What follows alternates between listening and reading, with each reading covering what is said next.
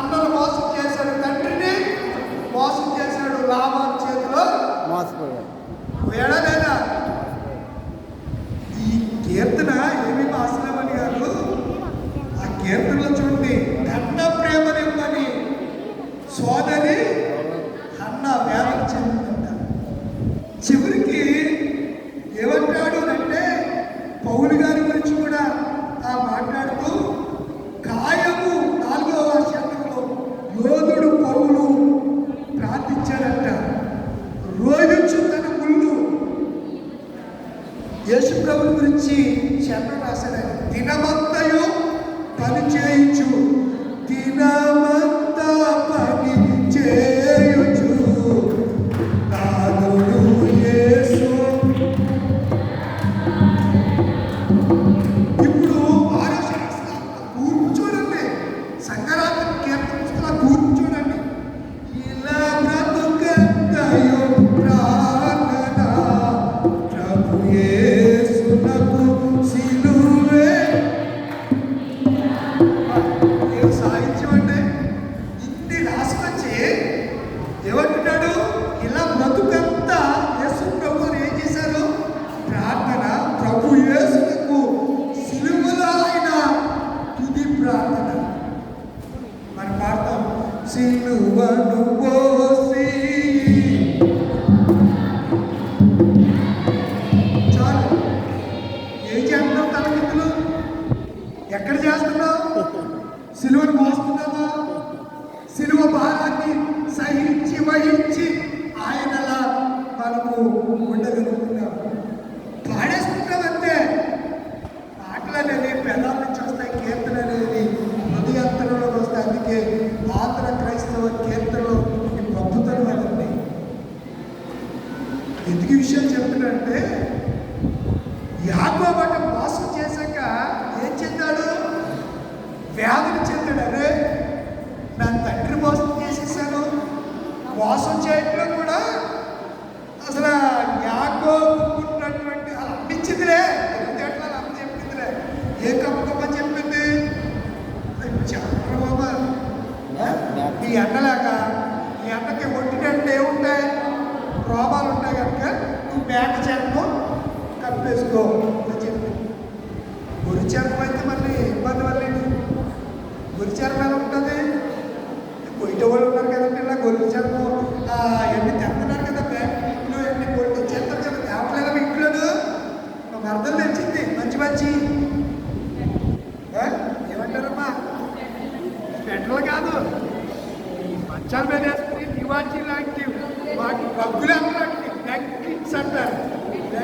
Blankets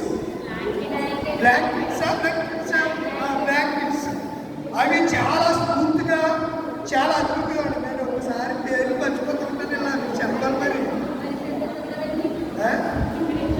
మనిషి అవుతుంది, మనిషి పోయేటప్పుడు పేరు ఎక్కడ అందిస్తుందా? మీరు కూడా అందించాలి, సహకారులుగా ఉండాలండి.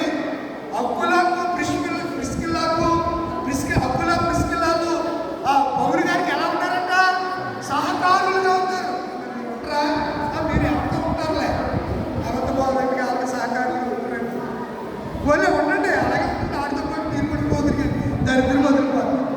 గుడ్డోడు కలిపి గోతులు పడ్డాడంటే ఇద్దరు కలిపి అక్కడ రచన చేసుకుంటారు. కానీ పడిన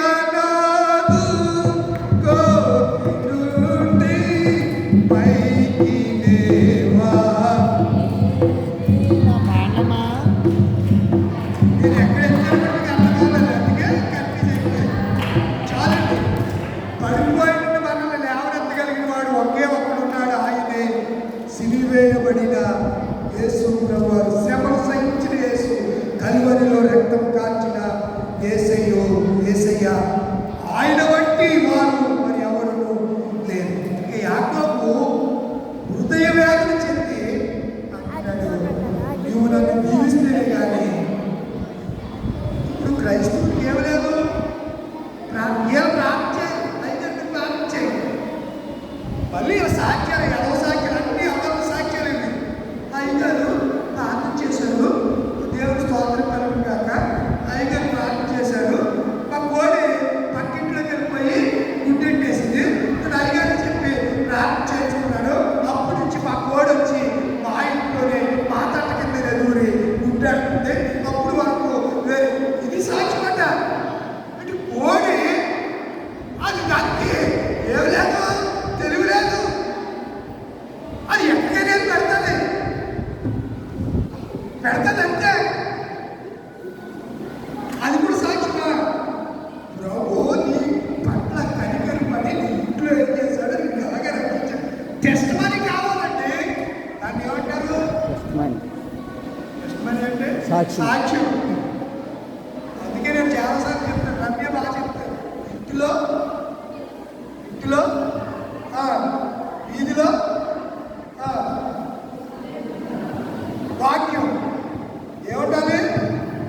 గుడిలో ఉంటే గుడిలో దేవుడే ఉండాలి, ఇంట్లో ఉండాలి, వీధిలో ఉండాలి. ఇది లేకుండానే చాలా మంది అబద్ధ బోధకులు బయలుదేరారు. అందుకే ఈరోజు ఈ విషయంలో చాలా చెప్పాలంటే 2-3 రోజులు ఉంటుంది. మామూలు అంశం కాదు. పుస్తకం తీయటమ్మా ముగింపులోకి నేను వచ్చాను. జనం మీదకి జనం నోట్ చేసుకోండి. 2వ గ్రంథం 15:6, ప్రకటన 6:4. ప్రకటన 6:4 చదవండి. ప్రకటన 6:4 దినవృత్తాంతాలు నోట్ చేసుకొని ఇంటికెళ్ళి చదవండి. ప్రకటన 6:4 చదవండి. దినవృత్తాంతములు 2వ దినవృత్తాంతంలో 15:6 ప్రకటన గ్రంథం చదవండి.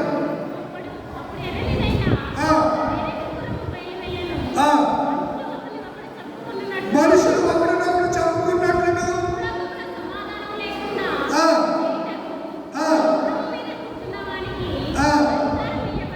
ఏమీ పడిందంట అధికారం. ఇప్పుడు దేశాలు యుద్ధాలు చేసుకుంటున్నాయి. వదిలేయండి దేవుడు గర్వం. ఎప్పటికీ కూడా ఇరాన్ అంటుంది మేము అమెరికా ఇజ్రాయెల్ మేమే చేయించేసామని చెప్తున్నారు. వాడు అధ్యక్షుడు గుండెని చంపేయాలి. వాడు కొడుకుంటారు, కొడుకు లేపారు, అది కూతురు లేపారు, అది అల్లుడు లేపారు. మొత్తం సర్వనాశం చేసేసిన ఇంకా అంటాడు మేమే. ఇది అబద్ధపు ఆత్మ కలిగినటువంటి ఎంత జరుగుతున్నా లేదు నేనే గొప్పవాడిని కళ్ళకు తట్టినట్లుగా చెవులకు వినబడినట్లుగా సంగతులు జరుగుతున్న చాలా మంది నేటి దినాల్లో ఇలాగనే ఉన్నారు. దానికి నా ప్రియమైన దేవుడు పిల్లలారా, ఈ దినాల్లో మోసపరచబడవద్దని దేవుడు మనతో చెబుతున్నాడు. మత్తయి సువార్త 7:15 కావాలంటే ప్రసంగ అవన్నీ ఉన్నాయి, 100 రెఫరెన్స్లు ఉన్నాయి. కావాల్సిన రాసుకోండి, తర్వాత చెప్తాను. చదవండి. 7:15 అబద్ధ ప్రవక్తల గురించి ఎవరి గురించి ఆటపడాలి? అబద్ధ ఏ చర్మ వేసుకుంటారంట? హలో వెనకాల వినాలి అమ్మా, వినండి. అబద్ధ ప్రవక్తల గురించి ఎలా ఉండమన్నాడు? ఎవరు చెప్పారు మాట? ఏసై చెప్పాడు. ఎక్కడ చెప్పాడు? కొండ మీద కొన్ని వేల మందికి చెప్పిన మాట ఇది. అబద్ధ ప్రవక్తల గురించి ఏ చెంప వేసుకుంటారు? వచ్చేటప్పుడు ఏ చెంప వేసుకుంటారు? చెప్పరేట్లా మీరు అంగీ వేసుకుని రాకుండా వస్తే మీరు భాషలోని అంగీకరిస్తారా? అంగీకరిస్తారు. అందుకే అంగీ వేసుకుని రావాలి. అమ్మా కానీ లోపల ఎలా చూడాలంట? నీకు అర్థమైపోయిందా? చెప్తున్నాను. వారు లోపల క్రూరమైన తోడేలు స్వభావం వేరు, గొర్రె స్వభావం వేరు కదమ్మా. అవునే కదా? తోడేలు మాసం ఎవడో తింటాడే? తినేస్తారు మన వాళ్ళు అంటారు. కానీ మీ ఇంట్లో ఏదో ఉంటారు కానీ ఇదేదేదో తినేస్తారు. థాయిలాండ్ వాళ్ళు కుక్కలు తింటారు, కప్పలు తింటారు. చైనా వాళ్ళు ప్రతి భూమి మీద ఉన్న ప్రతిదాన్ని తినటేది ఉండదు. చైనా వాళ్ళు తినటేది ప్రతిదాన్ని వాళ్ళు తినేస్తారు. నేను అంటారు కదా చివరిగా వారు లోపల క్రూరమైన మోసం చేసి పని ఉంటారు అని చెప్పి తెలుసుకుంటున్నారా? మీరు తెలుసుకుంటున్నారా? తెలియాలంటే మీరు ఎక్కడికి వెళ్ళాలి? వాక్యంలోకి వెళ్ళి నాకు చెప్పాను కదా, యోహాను గారు రాసినటువంటి మొదటి పత్రిక 4 అధ్యాయాలు ఉంటే అప్పుడు ఇవన్నీ మీకు వారి ఫలము వలన చదువు వారిని ఈ రాత్రి మనం తెలుసుకున్నాం. ఎవరి గురించి? మోసాన్ని గురించి తెలుసుకున్నాం. మీరు ఇంకా మోసపోతే మోసం చేసేవాడు ఎప్పుడు మిమ్మల్ని మోసము చేస్తూనే ఉంటాడు. మోసం నుంచి బయటికి రండి. మోసపరచకుండా వాటి